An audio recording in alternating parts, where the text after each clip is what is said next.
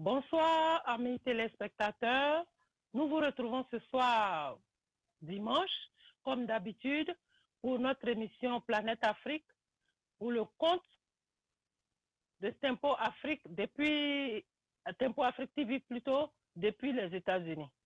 Alors, le thème de ce soir, ça va tourner autour de la préparation du congrès du RHDP unifié prévu pour le 26 janvier 2019. Et comme ça, on va voir tous ensemble de quoi il s'agit, les enjeux. Et vous savez très bien comme moi que depuis qu'on a annoncé ce RHDP unifié, c'est-à-dire les nouvelles couleurs du RHDP au départ qui réunissait tous les partis au sein de cette coalition, c'est-à-dire le PDCI, le RDR, le MAFA et tous les autres petits partis que je ne pourrais citer aujourd'hui. Bon, nous allons chercher à savoir comment les acteurs et les principaux dirigeants ou bien les principaux nominés du RDR préparent cette assemblée, ce congrès du 26 janvier 2019. Et comme sous-titre, disons comme titre juxtaposé au RDR, la préparation du congrès du 26 janvier 2019, j'ai ajouté un autre titre en ce sens que j'ai mis en parenthèse le RHDP unifié comme une personne qui se noie. Vous savez que toute personne qui se noie a tendance à s'agripper, a tendance à saisir tout ce qui est autour d'elle, que ce soit des morceaux de bois, que ce soit des tiges, que ce soit des barres de fer, que ce soit des ballons, que ce soit des plastiques, pourvu que ça soit à sa portée. Cette personne-là se dit que c'est des choses qui peuvent l'aider à ne pas se noyer, donc à ne pas mourir, et c'est des choses qui peuvent l'aider à sortir de l'eau. Et on n'a jamais tous essayé une mort par noyade, mais si on voit comment les gens se débattent pendant qu'ils sont dans l'eau, que ce soit une piscine, une rivière qui coule ou bien des eaux stagnantes, on voit un peu combien de fois ces personnes-là se débattent. On dira que ce n'est pas aisé. Ce n'est pas du tout aisé, compte tenu du fait que cette personne-là utilise sa dernière énergie, tout ce qui est force dans son corps pour essayer de se tirer d'affaire, essayer de se sauver, essayer d'éviter cette mort par noyade. Et je pense que c'est le cas du RDR aujourd'hui. Et il faut appeler les choses par leur nom. Il faut être franc. Quand on voit tout ce qui se passe, d'abord, en commençant par le PDCI. Le PDCI est parti du RHDP, mais comme les gens ont dit par ironie, ou alors pour essayer de mettre un peu de sel et de piment dans leur causerie, les gens ont décrit ça un peu comme s'ils étaient dans un mariage, ce qui a été le cas avant. Mais les gens estiment que la femme ne veut plus du mari, mais le mari insiste pour la maintenir, pour essayer de la ramener dans le foyer. Et certains aussi disent que le mari ne veut plus de la femme. Tantôt, le mari, c'est le PDCI. Tantôt, le mari, c'est la femme, c'est le PDCI. Donc, le PDCI joue ce rôle d'épouse ou alors d'époux. Alors, il y a eu des situations, on sait tous, même ceux qui ne sont pas en Côte d'Ivoire, ou alors même ceux qui ne sont pas ivoiriens, qui vivent en Côte d'Ivoire ou ailleurs, savent aujourd'hui pourquoi le PDCI est sorti du RHDP. et les tractations continuent, les polémiques continuent, et on a comme l'impression que le FPI, qui est en marge, qui regarde avec des yeux d'observateurs surtout, mais de temps en temps, certains militants essaient de commenter la situation de ce divorce entre le PDCI et le RDR. Deuxièmement, ça c'était le premier point. Deuxièmement, on tend vers, je dirais même, une consommation totale, disons, un divorce qui est consommé de la part du PDCI qui s'est carrément retiré parce qu'on a vu cette semaine qui finissait hier, parce que ici la semaine commence le dimanche et ça finit samedi. Cette semaine qui finissait hier samedi, il y a eu des nominations. Le président Bédié du PDCI a nommé de nouveaux collaborateurs et il s'est détaché de certains de ses anciens collaborateurs, en l'occurrence M. Kablan Duncan, Mme Raymond Goudou, ils sont au nombre de 5. Il y a 3 autres. Et après ça, M. Dikawe a donné une conférence de presse. Parce que dans les journaux, les titres n'étaient pas très clairs. Qu'ils auraient été radiés du PDCI, ou qu'on se serait débarrassé d'eux, ou bien qu'ils seraient partis eux-mêmes. Et M. Kablan, M. Kakou Dikawe a fait cette conférence de presse-là pour recadrer un peu les uns et les autres. Il y a des journalistes même qui ont eu à poser des questions. Aujourd'hui, on tend vers ces réunions, ce congrès du RHDP unifié que les ténors du pouvoir sont en train de préparer. Mais là où les choses deviennent intéressantes, là où je recommande par exemple aux Ivoiriens, on essaie de regarder calmement, de garder notre sérénité et de regarder calmement et d'observer surtout, observer tous les développements qui vont arriver. Le RHDP unifié, ce congrès va voir la disparition de tous les autres partis politiques au profit d'un seul parti politique, c'est-à-dire le RHDP unifié. Et beaucoup de ces partis-là, c'est-à-dire ceux-mêmes qui constituent aujourd'hui l'ancien groupe RHDP, sans le PDCI, effectivement, ces partis-là n'ont pas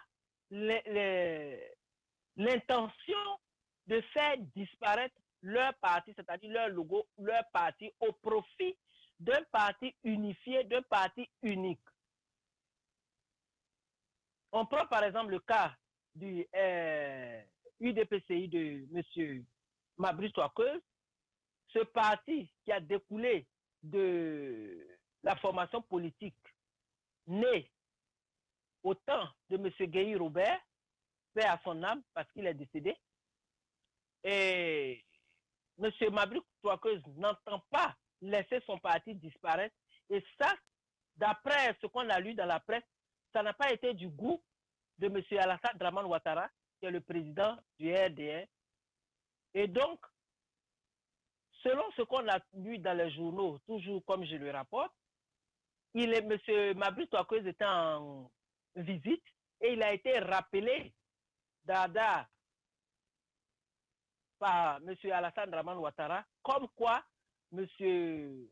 Alassane Dramane Ouattara ne serait pas content du fait que M. Mabry Touakeuse refuse la fusion-absorption de son parti au profit du RHDP unifié. Et donc, il a été rappelé, il a été convoqué à la présidence. Bon, on attend de voir quelles sont les nouvelles fraîches qui vont sortir. Même s'ils se sont déjà rencontrés, on n'a pas encore des fuites vraiment fiables ou alors des déclarations des deux côtés auxquelles on peut s'accrocher pour dire que voici ce qui résulte de leur réunion. Ça, c'est un. Deux, Monsieur Adama Bitogo insiste et signe, il persiste et signe, comme quoi, à partir du 26, et on ne va plus parler de parti individuel, mais on va parler d'un seul parti qui aura absorbé tous les autres partis qui constituent le parapluie RHDP, sans le PDCI toujours. Mais monsieur, un autre fait à remarquer, M. Adjoumani a créé sur les traces de Houphouët-Boigny, et d'après ce qu'on apprend dans la presse et qu'on lit, ça n'a pas marché. Mais M. Adjoumani a fait tellement de tapage autour de cette affaire que dans l'action même de la situation, il ne peut pas revenir au PDCI. Il ne peut pas, il a échoué dans ce qu'il a entrepris, mais il se maintient puisqu'il dit aujourd'hui qu'il avait un micro que le PDCI lui a tendu, mais aujourd'hui, il a un haut-parleur pour parler au nom du RHDP unifié.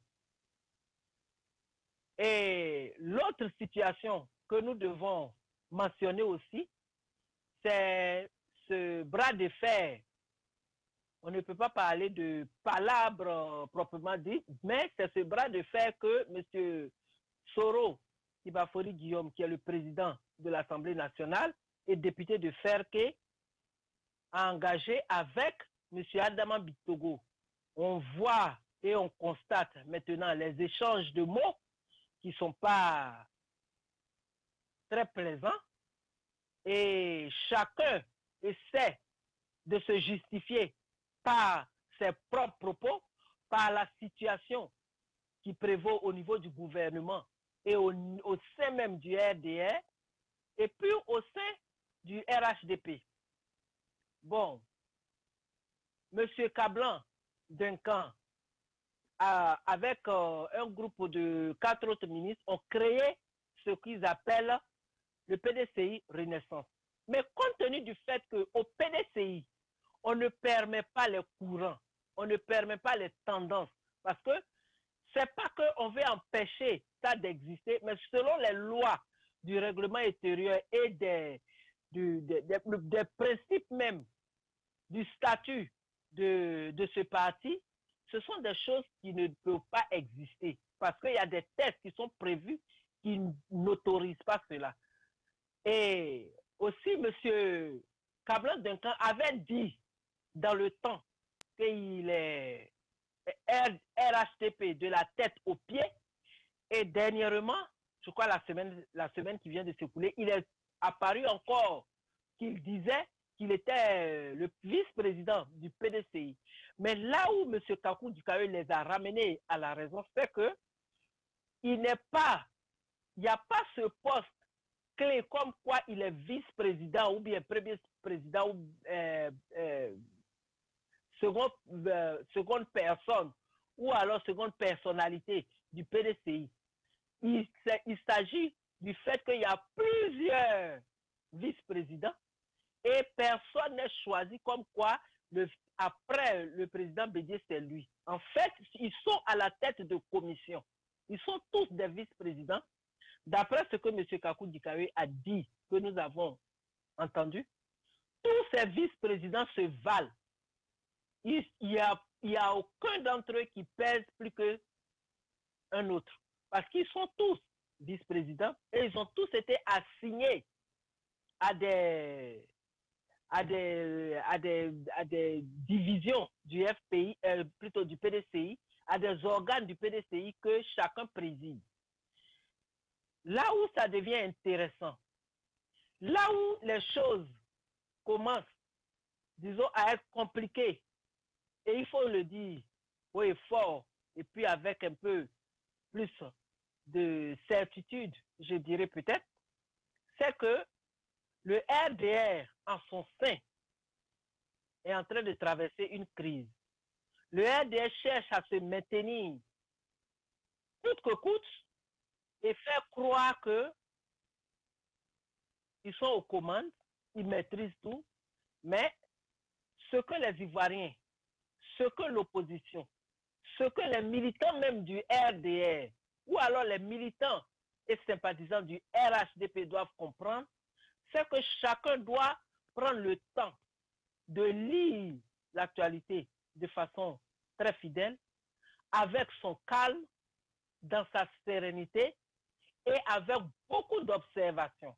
Beaucoup d'observations pour pouvoir comprendre ce qui va suivre et comment exploiter cela.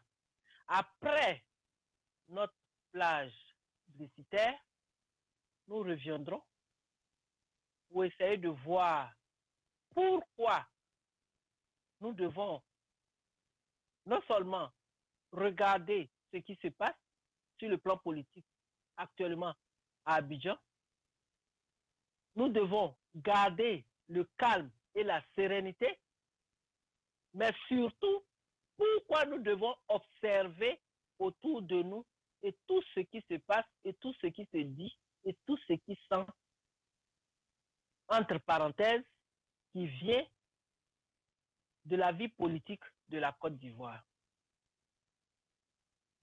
Alors, je vous retrouve dans quelques instants pour la poursuite de notre programme.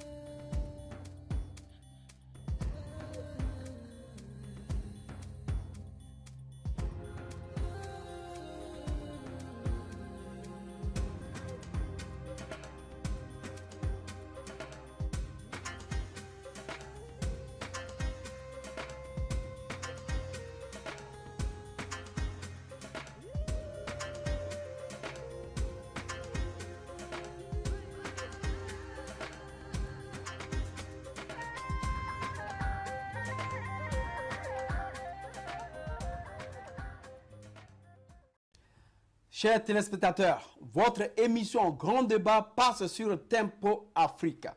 Restez toujours connectés car nous vous apportons les réalités de l'Afrique.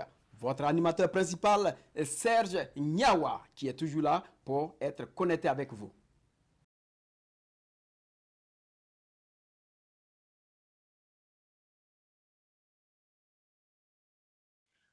Ok, chers téléspectateurs, nous revenons. Et comme je l'avais annoncé, nous allons voir les raisons pour lesquelles nous devons garder notre calme et lire l'actualité de façon très attentive.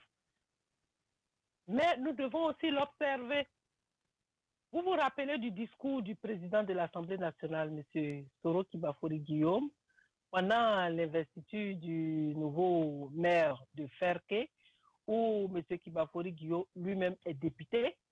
Et c'est en ce sens qu'il est président de l'Assemblée nationale parce qu'il faut être député d'abord avant d'être candidat à l'Assemblée nationale ou être voté par les autres députés comme étant le président de l'Assemblée nationale. Et il a fait des déclarations et depuis ce temps, il y a des échanges de mots de part et d'autre parce que les déclarations qu'il a eu à faire, M. Adama Bitogo, qui dit qu'il est homme d'affaires, s'est senti visé et a compris que ces mots-là lui étaient adressés, même si on ne l'a pas nommé, mais quelquefois, quelqu'un peut parler en parabole et puis vous êtes concerné de par ce que la personne a raconté ou bien de par les mots ou bien les faits que cette personne la rapporte, vous devez savoir que la personne s'adresse à vous. Il y a eu des mots de petit bonhomme, on dit ceci, cela, des gens qui sont dégringalés et tout. Mais pourquoi je demande à l'opposition maintenant, l'opposition, la grande opposition qu'on a toujours connue, plus le PDCI, parce que maintenant le PDCI opposés au parti au pouvoir constituent aussi une des forces de l'opposition. Et donc, pourquoi nous demandons aux gens de regarder, surtout d'observer, parce qu'il nous reste seulement 12 mois pour atteindre 2020. Et pour que nous puissions faire une analyse succincte, mais parfaite, et pour que nous puissions utiliser les 12 mois qui nous séparent de 2020 de façon efficace et de façon efficiente, nous devons prendre le temps de lire ce qui se passe dans la politique ivoirienne. Parce que quand des gens sont en train de se chamailler ou bien de se battre, vous qui êtes à côté, si vous prenez trop de plaisir à vous réjouir, à manifester votre joie ou bien quoi, quelquefois, les palabres même viennent à vos pieds. Et là, je ne pense pas que ce soit le FPI ou bien le PDCI, chacun de ces partis, avec tous les autres partis alliés, veulent vraiment que ces palabres-là quittent là où ça a commencé et venir vers eux. C'est pour ça que nous disons que quand vous regardez deux personnes se battre, vous qui battez des mains, par rapport à vos commentaires, celui par exemple qui voit qu'il est en train d'être battu, au lieu de chercher plutôt à se battre avec son adversaire, celui qui est en train de lui donner les coups de poing, il se retourne carrément pour se plaindre que vous êtes en train de rire, pourquoi vous êtes en train de faire ceci, et maintenant il veut vous associer pour détourner l'attention des gens sur ce qui se passe. Ça, c'est un. Deux, si les gens prennent, par exemple, les gens du PDCI et les gens du FPI, avec tous ceux de la coalition de l'EDS, si ces gens-là se gardent d'intervenir, mais de prendre la peine de lire et de comprendre ce qui se passe, il y a beaucoup d'informations qui vont être jetées sur la place publique. Il y a beaucoup de choses qui vont être dites. Il y a des gens même qui vont faire des confessions. Il y a des gens qui vont dévoiler des secrets. Il y a des gens qui vont lancer des boules puantes. Et donc, il faut que les gens se gardent, c'est-à-dire la grande opposition se garde de gesticuler pour ne pas perdre de comprendre ou bien de tirer le meilleur profit de cette situation-là. Parce qu'il y a des vidéos qui sont en train de passer. Si on revise maintenant la mort du ministre de la Justice, M. Tagro, on revise le passage de certains témoins à la CPI pour dire que ça s'est passé quand même, ça fait un moment, plus d'un an presque. Et il y a des détails pour ceux qui n'ont pas enregistré. Même si on a enregistré, les choses ont tellement évolué qu'il y a des détails dont on ne peut pas se rappeler. Et c'est bien d'ailleurs que certains parmi nous essaient de rappeler tout ça aux acteurs politiques, à ceux-mêmes qui étaient à la base de la rébellion, aux acteurs clés de la rébellion, pour que chacun de nous, chaque Ivoirien, chaque Africain, sache effectivement et comprenne le fond du problème de la crise ivoirienne, le fond du problème de cette guerre que la France, la métropole, nous a imposée, et pour qu'on puisse s'organiser de façon à ce que 2020 soit vraiment, comme tout le monde le souhaite, soit l'année de la paix, mais surtout l'année de la sérénité, et puis l'année de la réconciliation, l'année du pardon. Et donc, il est temps, et grand temps, que nous taisons nos querelles personnelles, nos querelles intestines, nos problèmes personnels et nos discordes et nos différences par rapport aux autres ou bien avec les autres, et savoir apprécier tout ce qui va être lancé sur la place publique. C'est pour ça que ce matin, j'ai fait une parution, j'ai fait un petit test sur ma page pour dire que tous ceux qui peuvent à présent aller voir leur spécialiste des ORL, c'est-à-dire oto-rhino-laryngologiste, des médecins traitant les oreilles, le nez, et puis quoi encore, les oreilles, le nez et puis les yeux pour se rendre compte et pour pouvoir entendre, et pour pouvoir sentir tout ce qui est mauvaise parole ou bien mise au point, information et tout ça pour faire la part des choses, pour comprendre comment utiliser les 12 mois qui nous séparent de 2020. Et si je peux ajouter quelque chose de façon succincte, le départ de M. Soro Guillaume, président de l'Assemblée nationale, est voulu par le pouvoir d'Abidjan,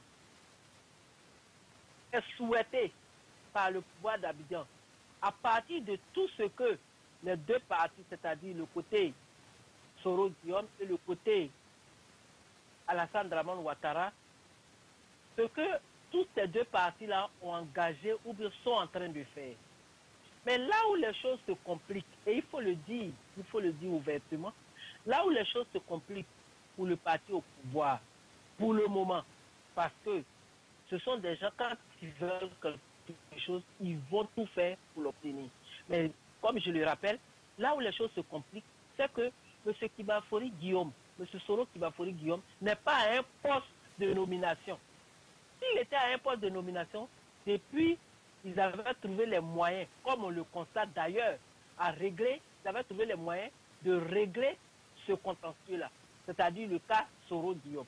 Parce qu'ils ont eu même à organiser une réunion chez Mme Henriette Diabaté, où il y avait le chef d'état-major, le ministre Ahmed Bakayoko de la Sécurité, Mme Kandia Kamara, qui fait partie des principaux personnages du RDR, du bureau du RDR. Et le problème était autour de comment régler le cas Soro. Je reprends eux-mêmes leur terme, d'après ce qu'on a lu dans la presse, le cas Soro. Donc ça pour dire que s'il était à un poste de nomination, depuis, ils auraient trouvé la formule pour s'occuper ou bien pour régler le cas Soro. Mais comme M. Soro est à un poste électif, c'est-à-dire il a été élu par la population, ça complique les choses. Un. Deux, il est d'abord, avant d'être président de l'Assemblée nationale, il est député de Ferké. Donc il a été élu dans la circonscription de Ferké. Donc ça fait de lui être député. Et il garde aussi son immunité parlementaire. Même s'il voudrait l'enlever, dans les textes régissant l'Assemblée nationale et la fonction de député, il y a les cas où on peut démettre le député, mais M. Soro n'est pas dans ce cas de figure, il n'est pas dans cette situation. Donc ils ne peuvent pas comme ça dire qu'ils vont l'enlever.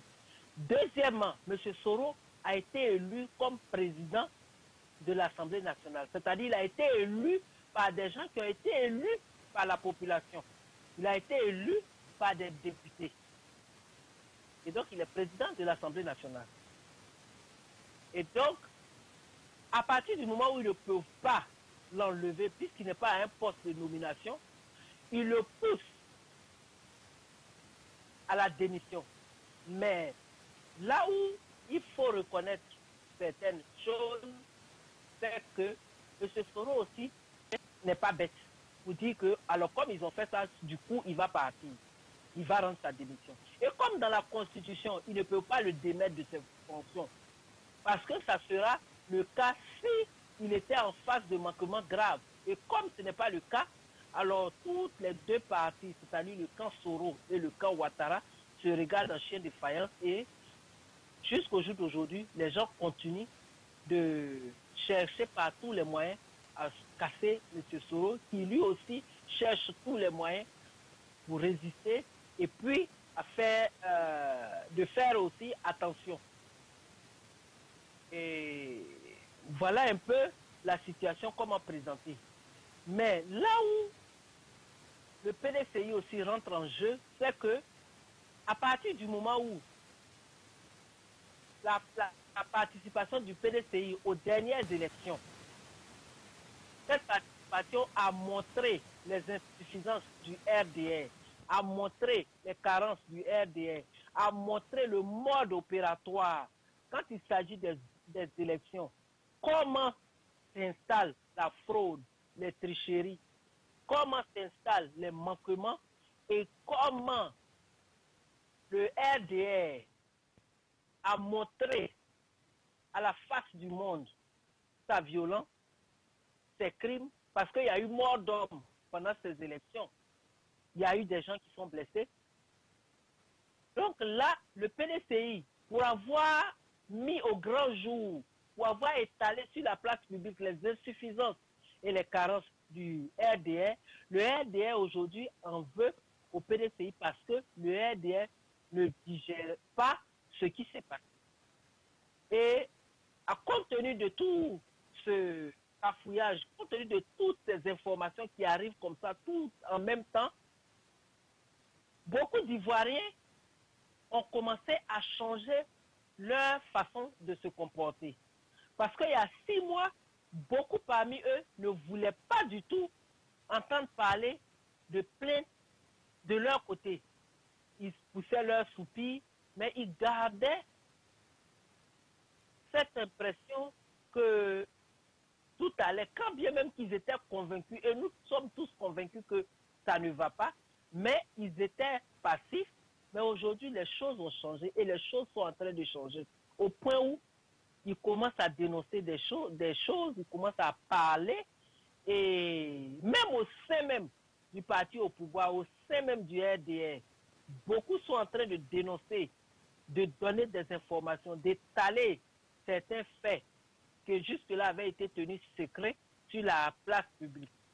Alors tout le monde se conforte dans cette situation parce que personne ne sera perdant, en ce sens que les informations, les gens vont les exploiter comme ils le veulent, ou bien comme il se doit. Et dans cette situation-là, dans ce cafouillage, dans ce bruit qui est créé, même au sein même du parti au pouvoir, au sein même de la coalition RHDP unifiée, tout ça va donner du fil à retordre à tout le monde. On a été quand même surpris que, pendant la conférence de M. Gikawe, il nous a présenté ce député RDR qui a décidé de rejoindre les rangs du PDCI. Avant, c'était tout à fait le contraire. Mais les gens ne le faisaient pas de façon volontaire. Le RDR procédait à une façon qui lui est propre, c'est-à-dire acheter leur conscience. Tout le monde se rappelle aujourd'hui de cette affaire de 100 millions qu'on proposait aux gens. Et j'ai même dit qu'en principe, quelqu'un qui a été élu sous la bannière d'un parti politique, qui a été élu par la population, même s'il décide de partir, de changer de parti, ça c'est une décision individuelle. Ça ne regarde que cette personne-là et cette personne-là seule. Et donc si elle s'en va, à partir du moment où c'est une décision individuelle et une décision personnelle que ce député ou bien ce conseiller régional ou bien ce maire-là a décidé de prendre comme décision, si je peux ainsi me répéter, il peut s'en aller, mais il doit laisser le poste pour lequel il a été élu. Ce poste-là demeure sous la bannière du parti qui a gagné ce poste. Et les Ivoiriens doivent être vigilants et exiger que ce poste-là leur revienne.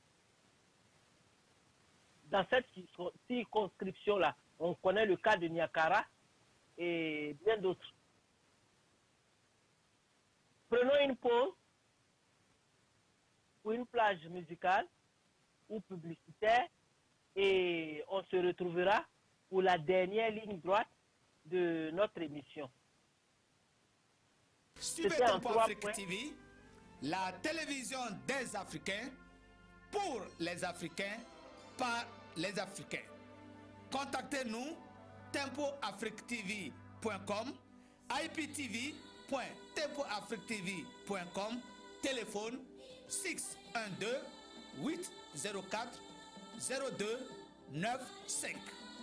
Email tempoafrictv@gmail.com. Tempo Afrique TV, l'éveil de la conscience africaine.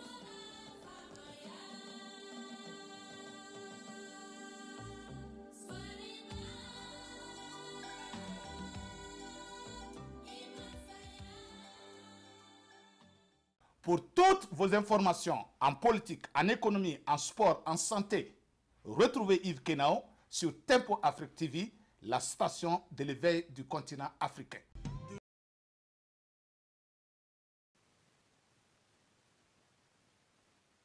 Ok, nous sommes de retour pour la dernière ligne droite de notre émission qui sera consacrée aux déclarations de l'un des dirigeants du RDR, en la personne de M. Adama Bictogo.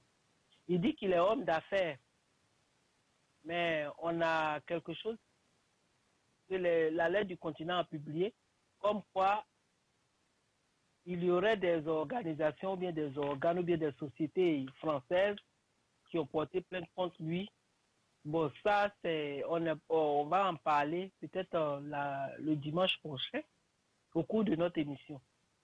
Ce qui nous intéresse cet après-midi, ce sont les déclarations de M. Adama Bictogo qui dit qu'il avait d'abord annoncé qu'au cours du congrès du 26 janvier 2019, tous les partis au sortir de ce congrès ne vont plus exister et tous ces partis-là vont se moudre, vont se féoder au RDR et que ce soit le RDR et les autres partis, tous ces partis-là vont sortir un seul parti et tous les autres noms vont disparaître en ce sens qu'on ne parlera seulement que du RHDP unifié. Là où les choses se compliquent, c'est que il est arrivé un moment où ils ont voulu un peu se contredire parce qu'ils ont vu un peu la réticence des autres partis politiques. J'ai parlé en début d'émission du cas de l'UDPCI, de M. Mabry Touaqueux, qui n'entend pas laisser son parti disparaître. Dans toute chose, il faut chercher à comprendre parce que aujourd'hui, le RDR, c'est un très grand coup que le RDR a subi du départ du PDCI, du RHDP. Et les élections dernières ont montré aussi les faiblesses, les insuffisances du RDR. Et pour pallier à tout ça, le RDR veut faire croire, veut faire comprendre comme il veut ou bien comme il peut le faire comprendre, comme quoi il a encore un poids. Mais avec tout ce qui se passe, avec les déclarations, un parti fort, on ne comprend vraiment pas jusqu'au jour d'aujourd'hui pourquoi le RDR veut que les autres partis disparaissent. Et la parenthèse que je vais ouvrir s'adresse particulièrement à M. Alcide Didier. Mais quand on se réfère aux déclarations de M. Alcide Didier, il a créé le parti, lui-même son parti, appelé Concorde. Nous nous demandons pourquoi il a créé ce parti si dans sa tête, le parti unique contre lequel le président Laurent Gbagbo et tous les autres, disons nous tous, nous nous sommes plaints qu'on a décrié. Pourquoi aujourd'hui il veut nous ramener au parti unique? Ça c'est un. Deux. Et pourquoi lui-même il a pris le temps de créer son parti? Il n'aurait pas dû créer même d'ailleurs son parti. Il aurait dû accepter de suivre le RDR au compte du RHDP et puis c'est fini. M. Alcide Didier est quand même un intellectuel. Il a vécu, pour ne pas dire il a travaillé aux États-Unis ici, avec résidence à New York. Mais que M. Alcide Didier se lève pour dire que le parti unique nous a apporté trop de problèmes, alors on doit repartir au parti unique. Même nos parents qui n'ont pas été à l'école, qui sont au fin fond de nos villages, de nos campements, des forêts, ne vont jamais aujourd'hui dire quelque chose de ce genre. Il a ses motivations, il a ses raisons. Ok. Mais s'il décide qu'il a fait une erreur d'avoir créé un parti politique et il voudrait s'inféoder, il voudrait se laisser phagocyter par le RDR, ça c'est sa décision personnelle, c'est son avis et c'est son choix. Mais il ne faudrait pas qu'il entraîne le reste de la Côte d'Ivoire parce que nous ne le suivrons pas et nous ne voyons vraiment pas pourquoi un parti unique serait aujourd'hui la solution magique ou alors la solution de choix dans le contexte actuel des choses sur le plan politique concernant le continent africain. Il faut bien que nos dirigeants ou alors le parti qui gouverne trouve en face de lui quelqu'un ou alors un autre parti ou bien une autre personne qui ne partage pas ses avis à 100% pour pouvoir constituer cette alternance-là ou bien ce contrepoids ou bien ce contre-pouvoir de façon à critiquer ce qui n'est pas normal, les manquements, les abus. Par exemple, la corruption, on connaît. Regardez par exemple le secteur des impôts, le secteur de la douane. Même quand des agents des impôts sont en vacances, eux encore, quand ils sont en vacances, ils essaient de respecter un peu ça. Mais vous prenez un corps professionnel comme la douane, les douaniers, quand bien même qu'ils soient en vacances, ils sont toujours à l'aéroport. Parce qu'ils ont un commerçant ou bien quelqu'un qui doit arriver, ils doivent aller les aider pour leur bagage moyennant quelque chose, ou alors c'est en monnaie, c'est-à-dire c'est en argent, ou alors c'est des gadgets électroniques qu'on va leur offrir, ou alors c'est des parfums, ou bien des polos, ou bien des chemises, ou une cravate et tout ça. Donc la corruption, elle peut être de façon financière, c'est-à-dire à partir d'argent, des dessous de table, comme ça peut être aussi du matériel que ces gens-là reçoivent. Et si nous revenons à M. Adama Bictogo qui dit qu'à partir du 26, c'est-à-dire le 26, c'est à partir du 27, le lendemain du jour du congrès, tous ceux qui ne sont pas dans le RHDP unifié devraient céder leur tabouret. Mais ce sont des gens qui ont été élus par la population. Alors je ne sais vraiment pas qu'est-ce qui pousse M. Adama Bictogo à dire cela. Et je voudrais prendre les Ivoiriens à témoin. Et je voudrais que les Ivoiriens comprennent et ne restent pas comme ça les bras croisés. Je ne demande pas aux Ivoiriens de prendre des armes. Mais il faudrait qu'ils fassent valoir leurs droits de citoyens, c'est-à-dire leurs droits d'électeurs. Vous avez élu des gens et parce qu'ils ne veulent pas suivre le RDR, parce qu'ils ne veulent pas être du RHDP unifié, alors ils doivent déposer ou alors ils doivent céder leur tabouret. Mais ça, c'est grave. C'est une entorse à la démocratie. C'est une entorse au combat que le président Laurent Gbagbo a mené dans le temps face à Houphouët-Boigny pour qu'on instaure le multipartisme. Et je vais me référer à un passage, une partie des discours du président Laurent Gbagbo qui s'adressait à des gens.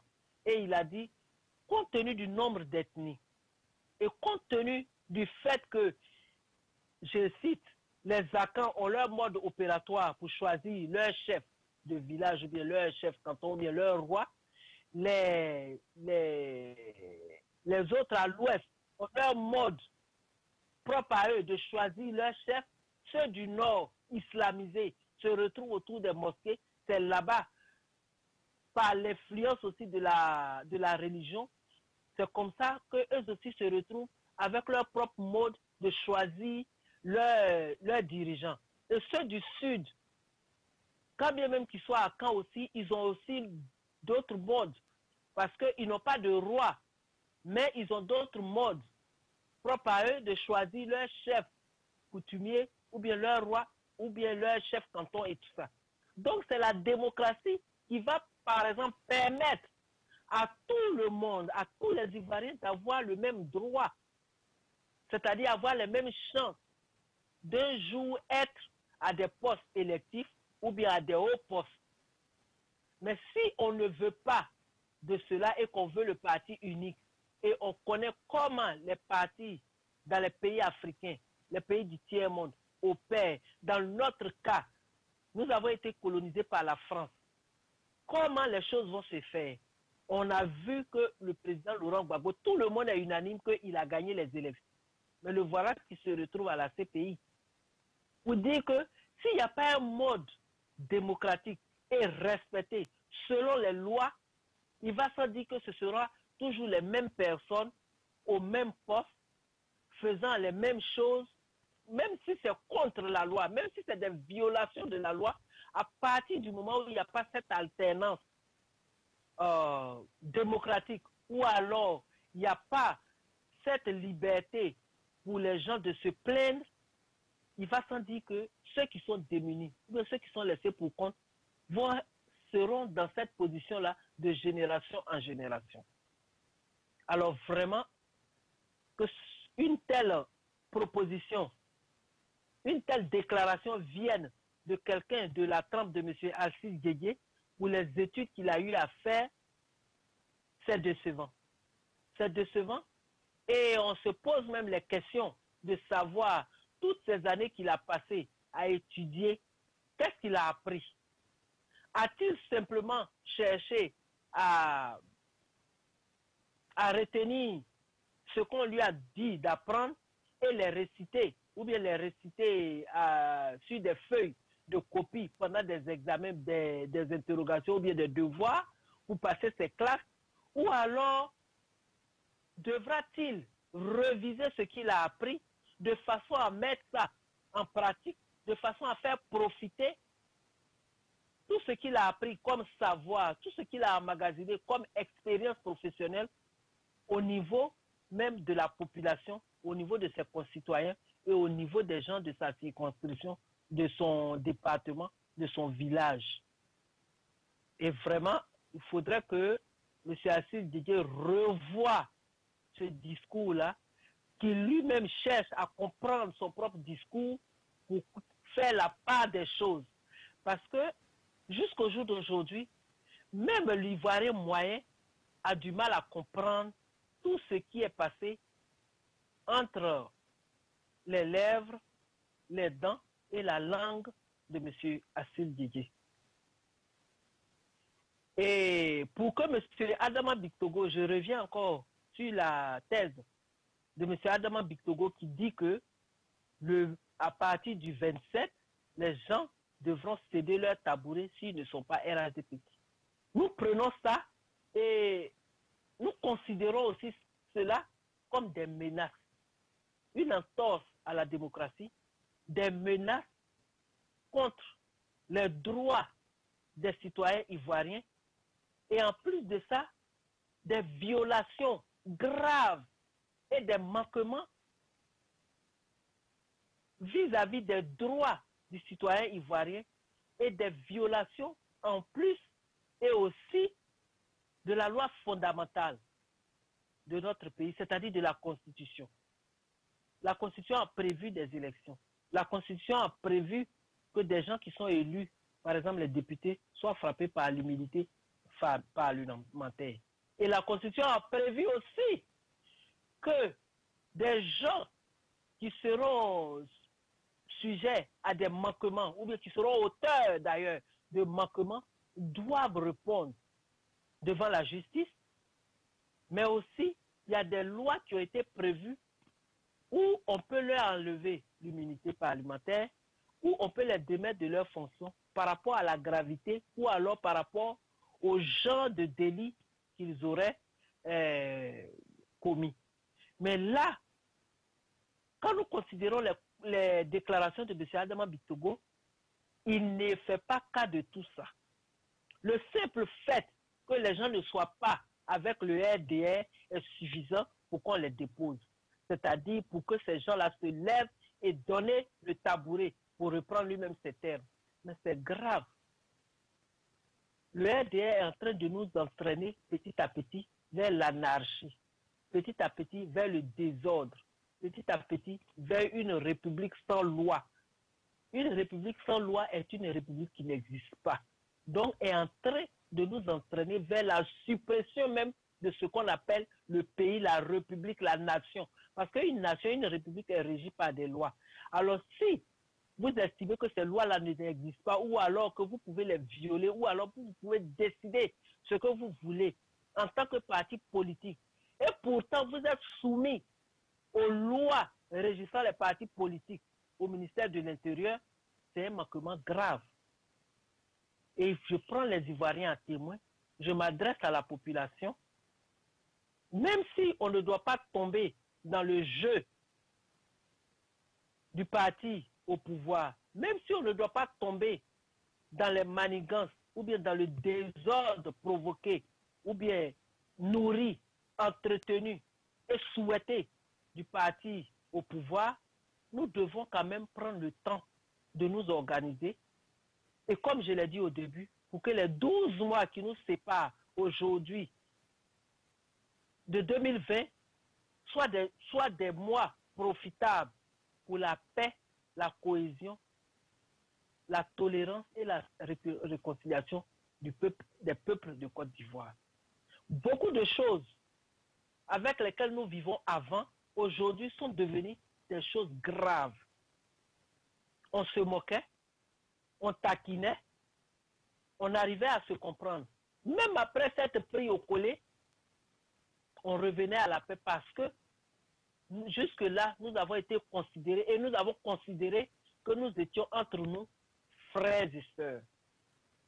Mais aujourd'hui, cette cohésion-là est en train de voler en éclats. Mais je pense que les 7 ans que eux, ils ont passé à la tête de la Côte d'Ivoire, ils les ont utilisés pour fissurer, balafrer la Côte d'Ivoire, la déchirer. Mais on a encore le temps. Et je lance cet appel-là à tous mes frères et sœurs ivoiriens, à tous les sympathisants de la Côte d'Ivoire, à tous les amis de la Côte d'Ivoire, qu'on a encore 12 mois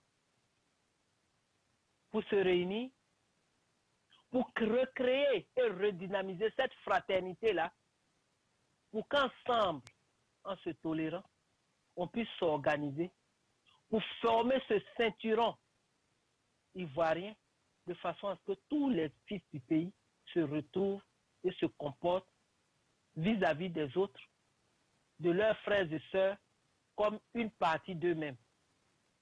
Je lance un appel à toutes les organisations politiques. Je lance un appel à tous les dirigeants. C'est le moment pour tous les Ivoiriens, et je sais à qui je m'adresse, et tous ceux qui me regardent et qui m'écoutent ce soir, qui ont pris la peine de rester aussi tard avec le décalage horaire européen et le décalage horaire africain, tous ceux qui sont restés tard à nous regarder, à nous suivre, je m'adresse à vous. Il faudrait que nous mesurons le langage que nous tenons vis-à-vis des autres, de nos frères et sœurs, et qu'on accepte de se retrouver. J'ai toujours dit, et je tiens ça de ma grand-mère et de ma mère, qui disaient que les palabres entre frères et sœurs sont comme de l'eau chaude sur une maison en paillotte. Il y aura toujours de la vapeur. Il y aura de la chaleur dans la maison. Parce qu'on a jeté de l'eau chaude sur la toiture. Vous allez même sentir, apprécier, apercevoir la vapeur qui s'élève dans le ciel, de très loin. Mais avec un coup de vent, tout refroidit. Et c'est ça les problèmes et les palabres entre les frères et sœurs. Alors, je lance un appel à tous et à toutes. C'est le temps pour nous, Ivoiriens, frères et sœurs, de nous retrouver dans la sérénité, dans le calme. Et prenons le temps d'observer pour ramener ceux qui sont en train de chercher à mettre le feu en Côte d'Ivoire. Parce que quand vous faites des actions, ou bien quand vous posez des actes de façon à violer les lois même qui protègent tout le monde, vous cherchez des histoires, vous cherchez des palabres et vous voulez la guerre. Mais nous savons mieux que ça. Comme les Américains disent, we know better than that. Et à partir de ce moment-là, nous devons nous donner la main. Parce que nous constituons la grande majorité. La majorité sûre pour assurer la paix, pour assurer la cohésion, pour nous retrouver en se tolérant de façon à faire changer les choses en Côte d'Ivoire. C'était mon mot de ce soir. Je vous retrouve le dimanche prochain à la même heure sur le même canal Tempo Afrique TV avec la même émission Planète Afrique et votre camarade Madeleine Kondo et votre réalisateur Malik depuis les États-Unis. Merci, bonsoir et bonne soirée et bonne nuit. Que Dieu vous accompagne et bénisse la Côte d'Ivoire et le continent africain. Merci à tous. Bonne nuit. Du nouveau à Minneapolis, Tempo Afrique Travel. Vous voulez voyager? Achetez vos billets d'avion à l'agence de voyage Tempo Afrique Travel. Avec l'agence de voyage Tempo Afrique Travel, pas de problème de connexion, pas de problème de transfert de vol. Avec l'agence de voyage Tempo Afrique Travel, c'est le voyage en toute tranquillité, en toute beauté, de votre maison jusqu'à votre destination. Votre satisfaction est notre plaisir.